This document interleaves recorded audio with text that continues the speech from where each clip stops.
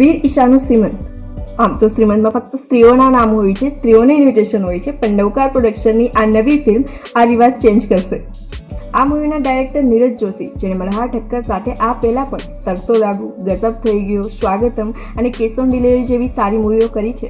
અને હવે નવી સ્ટોરી સાથે, નવા રંગરૂપ સાથે, નવા કોન્સેપ્ટ સાથે મલ્હારના ફેન્સને ખુશ કરવા 9 સપ્ટેમ્બરના આ મૂવી રિલીઝ થવા જઈ રહી છે. મલ્હાર ઠક્કર અને પૂજા જોશી વચ્ચેની કેમિસ્ટ્રી આપણે વાતમાં વેબ સિરીઝમાં જોઈ લીધી છે. આ તમારો જે પ્રેમ છે ને હા છૂટાછેડા માટેનો, બટ આ ટ્રેલરમાં પૂજા જોશી અને મલ્હાર ઠક્કર તેમના અગાઉ ક્યારેય ના જોયા હોય એવા અવતારમાં છે. ફિલ્મમાં કોમેડી, મસ્તી અને પ્રેમનો ડોઝ છે.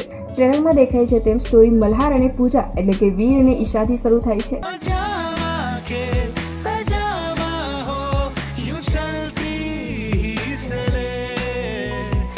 આ મેરિડ કપલ પરિવાર નથી ઈચ્છતા, મતલબ કે બેબી કરવા નથી માંગતા. કરિયર અને ફેમિલી રિસ્પોન્સિબિલિટીઝમાં એક માં તરીકે બાળકનું નર્ચરિંગ હું નહીં કરું. હું પણ પિતા તરીકે આવનારા સમયની ચેલેન્જીસ લેવા માટે જરાય તૈયાર નથી. બટ આવું તો કંઈ હોતું હશે?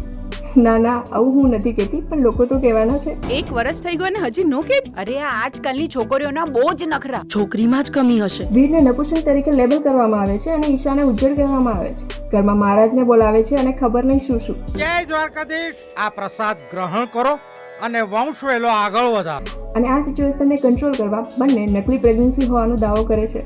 We are pregnant. ચિંતા ગઈ. તમે નાના બનવાના છો. પોતાનું મન મારીને તમારી ઈચ્છાઓ પૂરી કરતા એક રસ્તો મળ્યો છે, કઈ સુધી આવી ગયા. બટ આખરે અનએક્સેપ્ટેડ પણ સારા સમાચાર સાથે સ્ટોરીમાં ટ્વિસ્ટ આવે છે. પરિવાર કંટ્રોલ કરો, દુઃખે બાદ બસ કરો.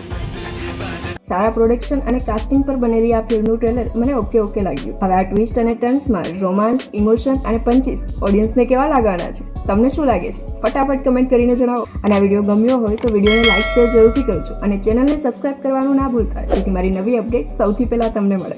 મળું છું થોડી જ વારમાં. ત્યાં સુધી બાય બાય.